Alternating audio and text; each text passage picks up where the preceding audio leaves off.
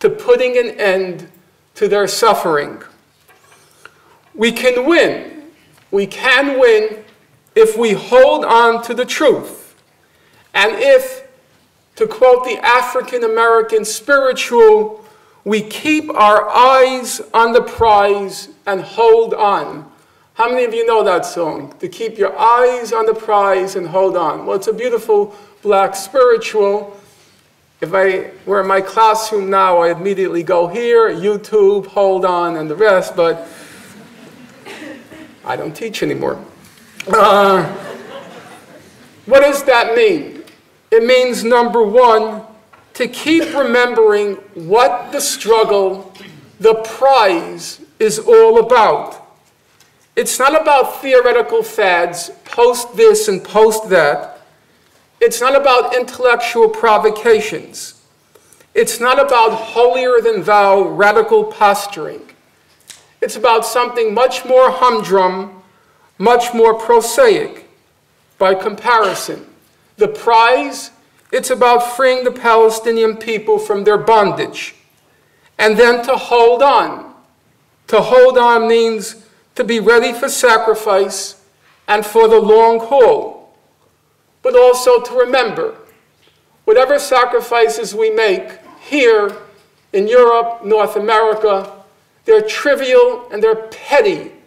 They're meaningless next to the sufferings or the burdens or the sacrifices that the Palestinian people must daily make, and the burdens, sacrifices that people in 90% of the world have to make to achieve elementary justice.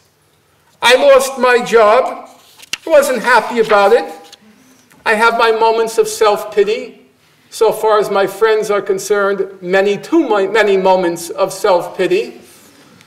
But in my sober moments,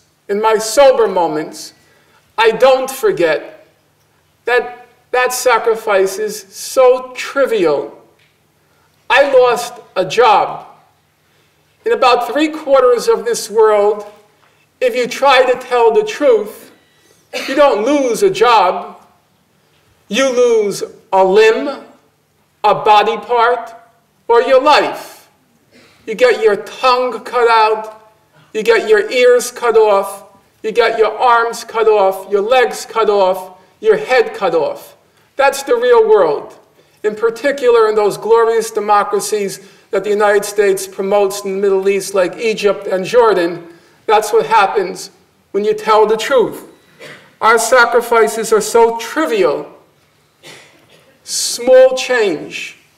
But if we're willing to make those sacrifices, and we're willing to go for the long haul, keep your eyes on the prize and hold on. And then as we do, we have to bear in mind, I think, the wisdom of the Caribbean poet Aimé Césaire. He said, "There's room for everyone at the rendezvous of victory." It's a beautiful line. I hope you all memorize it. It doesn't come from me. There's room for everyone at the rendezvous of victory. I came across it because the late Edward Said used to like to quote it in the last years of his life. It means that we want to nurture a movement and not create another cult.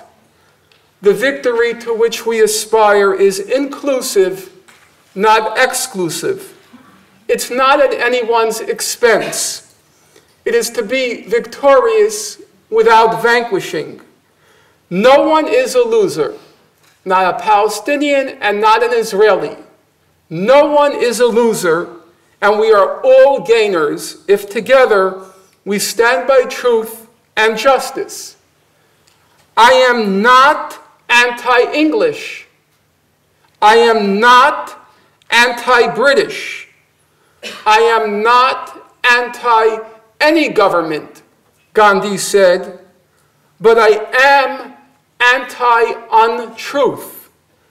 I am anti-humbug, nonsense, which is most of the time what we hear about the Israel-Palestine conflict. I am anti-humbug, and I'm anti-injustice. and that I think should be our attitude as well. We are not anti-Jewish, we are not anti-Israel, and for that matter, we are not anti-Zionist. The prize on which our eyes should be fixed is human rights, human dignity, human equality. Nobody should be put to ideological litmus tests. Are you now, or have you ever been, a Zionist? I couldn't care less what your philosophy is, what your ideology is, what your political creed is. I want to ask, or I want an answer to basic questions of principle, basic questions of conscience, basic questions of human rights. Are you for or against ethnic cleansing? Are you for or against torture? Are you for or against house demolitions? Are you for or against Jews-only roads and Jews-only settlements? Are you for or against discriminatory laws? And if the answer comes against, and against, then I say, keep your ideology, whatever it might be. There's room for everyone at the rendezvous of victory.